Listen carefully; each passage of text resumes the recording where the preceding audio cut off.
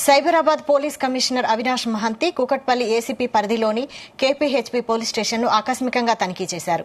Station పరిధిలో నమోదైన కేసులతో పాటు వివరాలను అడిగి తెలుసుకున్నారు. ఎప్పటికప్పుడు ప్రజలకు అందుబాటులో ఉండాలన్నారు.